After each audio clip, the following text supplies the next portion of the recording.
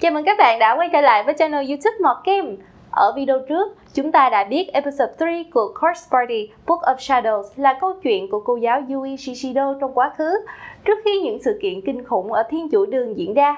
Một điều bất ngờ đó là cô Yui cũng từng là học sinh của trường học Kisaragi, và trong những năm tháng còn là học sinh, cô cũng từng gặp trường hợp ma quái tại đây. Liệu câu chuyện trong quá khứ này có liên quan gì đến thực tại? Hãy cùng em gái Mọt tìm hiểu phần 2 của episode 3 nhé!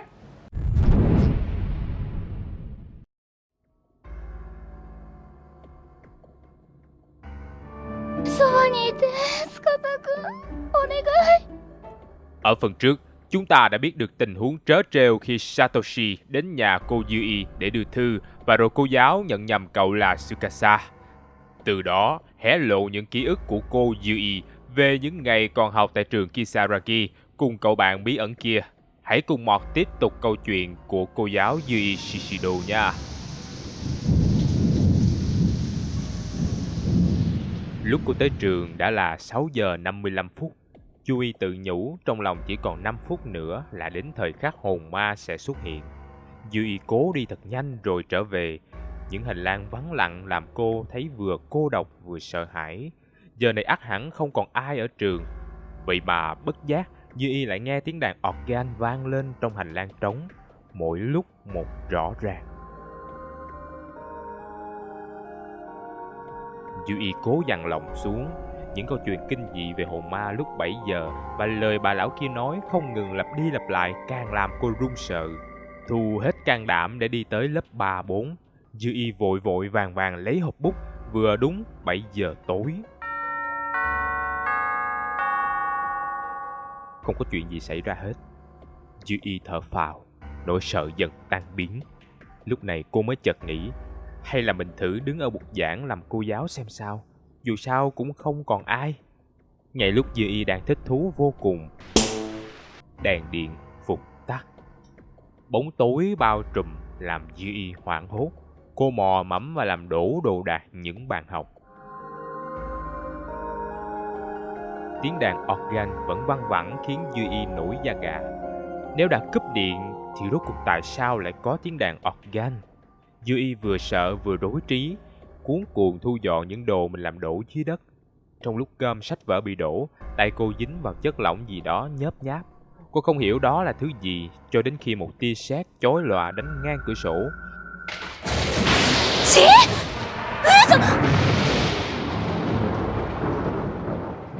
Cả khung cảnh phòng học được sáng lên trong phút chốc.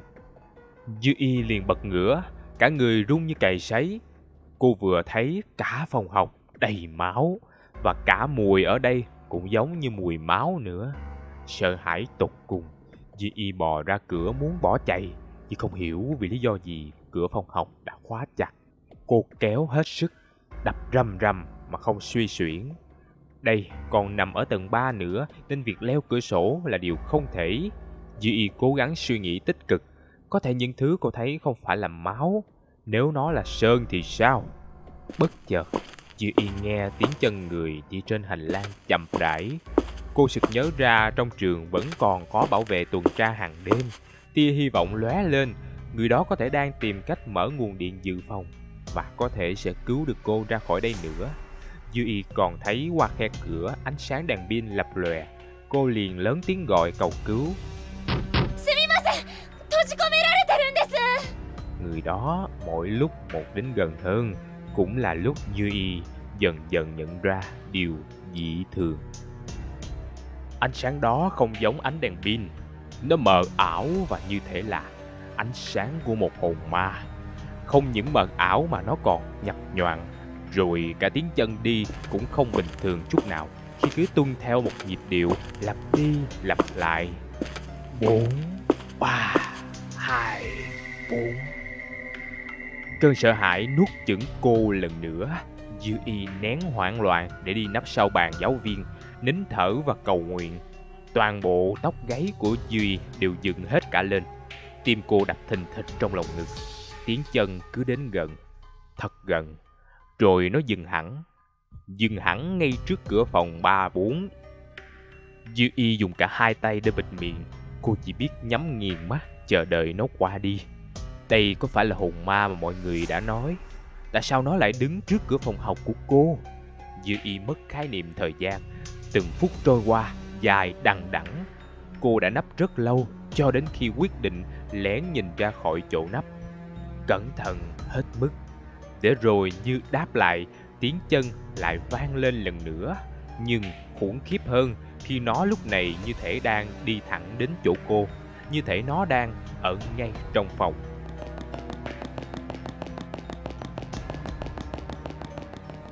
Quá kinh hãi, Dư Y vội vàng chui lại vào chỗ trốn. Cô cảm thấy mình sắp chịu không nổi nữa. Nước mắt nước mũi nhoe nhoét cùng hơi thở càng lúc càng gấp rút, chỉ biết cầu trời để cứu mình. Nhưng rõ ràng mọi chuyện không đơn giản dừng lại khi cô nghe thêm một âm thanh nữa. Lần này nó không phải tiếng chân mà là tiếng kéo cửa. Dư Y lén nhìn ra để thấy cửa phòng vẫn đóng kín mít. Không còn âm thanh nào nữa, nhưng Dư Y vẫn không cảm thấy an toàn. Cô ngồi yên thêm một lúc, cho đến khi chợt nghĩ rằng nấp mãi ở một chỗ cũng như tự mời rắc rối đến. Dư Y chậm chậm và cẩn trọng bò ra khỏi chỗ nấp dưới bục giảng. Thế rồi cô cảm thấy một vật gì đó gõ vào đầu mình. Không quá mạnh, chỉ giống như ai đó đang gọi cô. Đấy là một cây thước gỗ hay là một ngón tay? Dư Y biết mình sẽ không thích thứ mình phải nhìn thấy khi quay lại, nhưng cô vẫn phải nhìn. Dư Y từ từ quay đầu ra sau, và rồi đập vào mặt cô là gương mặt của người phụ nữ lạ lùng, lẽ ra phải đang ở bệnh viện, vừa qua đời cách đây không lâu. Bà ta hỏi cô: "Sao còn ở đây?" Dư Y thét lên thất thanh, hớt hải bỏ chạy, nhưng chỉ đến được cửa phòng thì lại mắc kẹt. Kinh hãi hơn khi bóng ma người phụ nữ kia trong tích tắc đã xuất hiện đằng sau cánh cửa, chặn đường Dư Y. Làm sao bà ta có thể chạy ra đó trước cả cô? Dư Y tin chắc mình đã gặp ma rồi. Lúc này cô mới tính đường thoát thân. Vì cửa trước đã bị chặn, Dư Y mới nghĩ sẽ phá cửa sau. Tuy nhiên bà ta vẫn có thể rượt theo cô, vậy nên phải có một thứ gì đó để phòng thân, để đánh trả. Dư Y tìm được trong phòng học một bịch muối. Cô từng nghe rằng muối giúp thanh tẩy tà ma nên liền dúi vào người. Cô từ từ mở cửa, rồi chạy thật nhanh. Quả như dự kiến, hồn ma nọ lập tức đuổi theo. Dư Y ném thẳng nhúm muối vào mặt bà ta. Linh hồn liền rít lên đau đớn. Nhân cơ hội đó, Dư Y cắm đầu chạy hết sức trên hành lang tối, chỉ dám thỉnh thoảng nhìn lại để xem hồn ma còn đau đớn không. Bà ta liên tục hét gọi bắt Dư Y đứng lại, nhưng dĩ nhiên Dư Y đã chạy bán sống bán chết. Cô chạy bằng tất cả hơi sức để nhào xuống tầng trệt, cuối cùng cũng ra được đến chỗ để giày. Nhưng oan nghiệt thay, cửa ở đây cũng bị khóa chặt. Dư Y bất lực đập cửa. Cô đã suýt nữa thì thoát được. Cô không thể đầu hàng lúc này. Dư Y liền nhận ra kế bên mình là thùng đựng dù. Cô sẽ dùng nó để đập vỡ kính. Dư Y dùng hết sức bình sinh đập cái thùng vào một khung cửa. Nó không vỡ ngay mà chỉ nứt ra. Dù sao cũng cho Dư Y chút hy vọng. Dư Y liên tục đập tấm thủy tinh, khi đằng sau là tiếng gào thét của hồn ma. Cuối cùng khung cửa cũng vỡ. Cô cúi xuống để bò ra ngoài, mặc cho tay chân có bị mảnh vỡ cứa đứt. Dư Y khấp khởi vì cuối cùng cũng thoát được, cho đến khi thứ gì đó túm lấy chân cô từ đằng sau. "Mày không được ra ngoài!"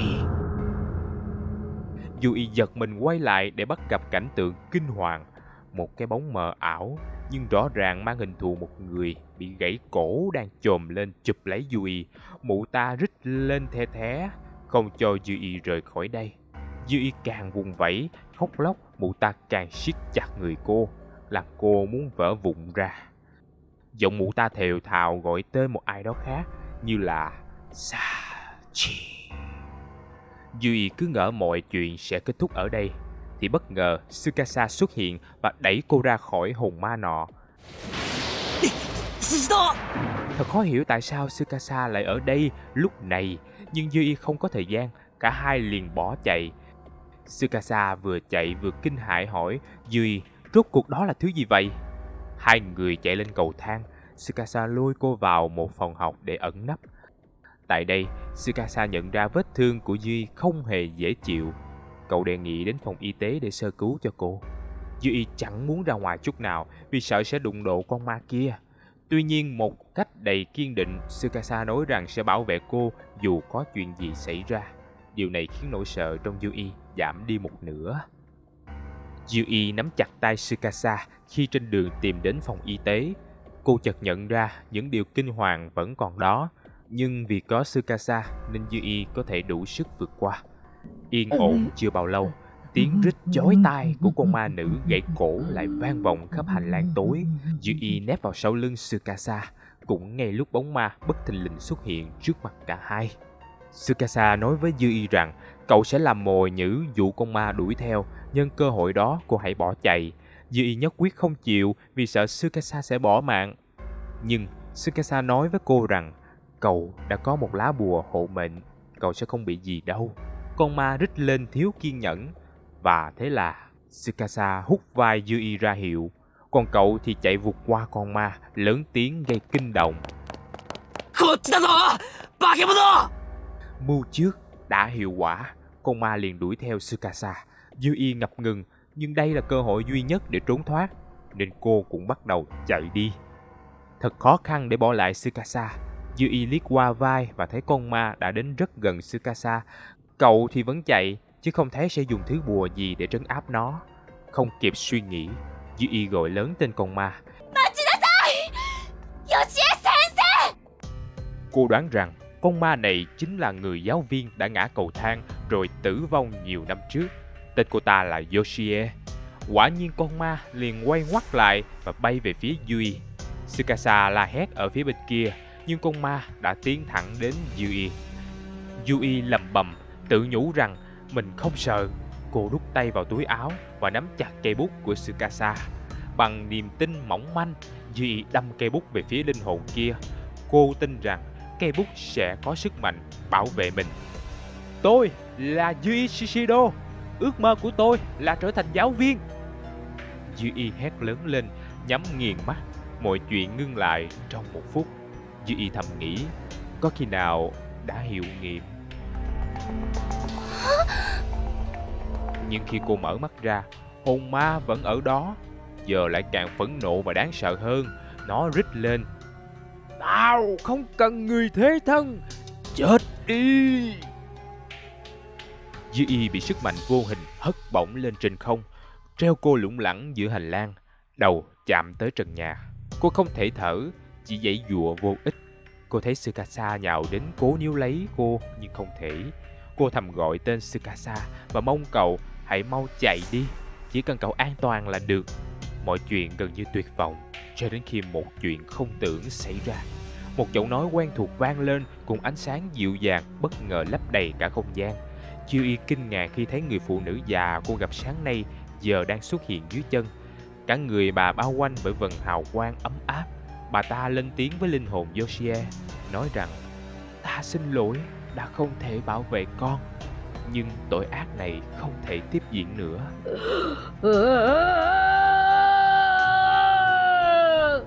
Hồn ma ré lên điếng tai trước sự xuất hiện của bà lão. Mọi thứ xung quanh chói lòa rồi bất ngờ phục tắt. Không gian lại tối tăm và tĩnh mịch. Yui ngã phịch xuống đất trước tiếng gọi lo lắng của Tsukasa. Giờ cô đã hiểu, bà lão kia đã cố gắng cảnh báo và bảo vệ cô đến cùng. Sức lực cạn kiệt, Yui gần như ngất xỉu và Tsukasa chạy đến đỡ lấy cô. Yui mau chóng liệm đi trong mệt mỏi.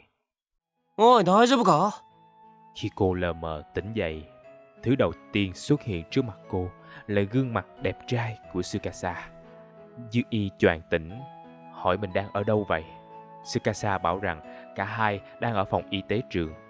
Yui nhìn quanh và thở phào vì đây đúng là phòng y tế. Thế nhưng Tsukasa lại cư xử và nói chuyện rất kỳ lạ. Cậu hỏi cô làm gì mà lại té ngã như thế. Yui cảm thấy khó hiểu. Tsukasa nói thêm, cậu đã bắt gặp cô nằm ngã trước cổng trường nên bế cô vào đây. Yui bối rối. Rõ ràng mọi chuyện vừa rồi xảy ra có cả Tsukasa ở đó cơ mà. Không thể nào là mơ. Những vết thương và cả cánh tay bị gãy do giằng co với hồn ma cũng đã lành lặn. Yui hoàn toàn mù mịt, không biết thực hư ra sao. Tsukasa kể lại mình có linh cảm không tốt nên đã đến nhà cô. Sau đó được mẹ cô cho hay là cô đến trường. Cậu đuổi theo và bắt gặp cô ngất xỉu trước cổng. Yui chỉ im lặng suy nghĩ. Tsukasa bảo cô hãy nghỉ ngơi đi. Cậu cần có việc đi đây một chút. Khi Tsukasa rời khỏi, cô y tá của trường bước vào nói chuyện với Yui. Cô y tá nói rằng cô đã nói mớ và vật vã rất nhiều trong lúc mê sản. Có thể cô đã gặp ác mộng chăng? Yui ngẫm nghĩ, có khi đúng là vậy. Nhưng khi đưa tay vào túi váy, cô lại tìm được cái hộp bút cùng cây bút may mắn của Tsukasa. Nếu cô ngất xỉu trước cổng trường, thì tại sao nó lại ở đây? Tsukasa quay trở lại cùng một ly cà phê. Cậu đã đi mua cà phê cho cô. Còn nói là cô ngủ mơ và nhìn rất khổ sở. Kỳ thi quan trọng của Yui sẽ diễn ra vào lúc 9 giờ sáng, tức là chỉ còn 5 tiếng nữa. Yui bật khóc, không phải vì lo lắng, mà vì cảm thấy may mắn vì mình vẫn còn sống, vẫn có thể thực hiện ước mơ. Tsukasa nói với Yui rằng cậu có thứ này muốn cho cô xem. Yui liền ngồi dậy và đi theo Tsukasa. Cậu dẫn cô đến dãy hành lang nối liền hai dãy nhà. Yui vẫn không hiểu Tsukasa muốn cho mình xem gì. Nhưng rồi cô nhìn theo hướng tay chỉ của Tsukasa, cảm xúc vỡ òa trước khung cảnh trước mắt.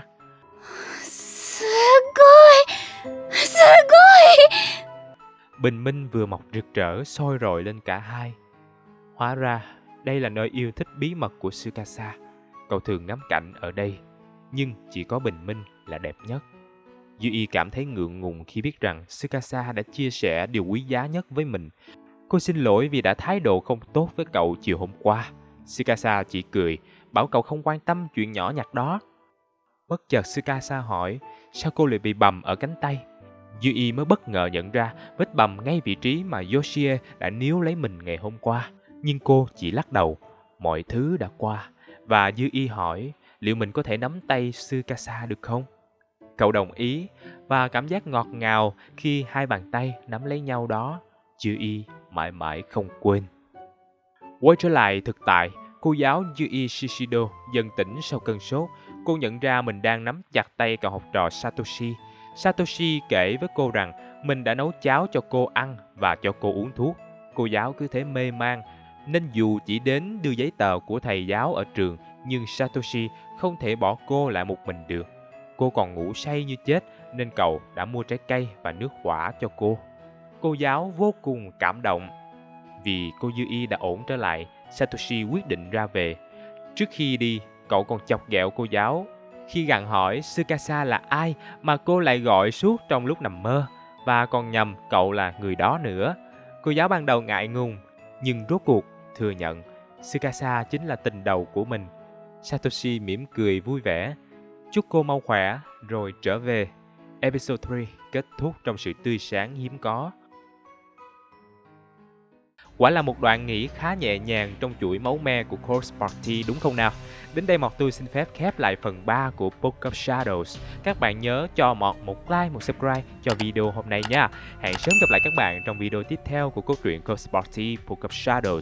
Và hãy chuẩn bị tinh thần bởi episode thứ 4 sắp tới đây sẽ không hề nhẹ nhàng như episode 3 đâu.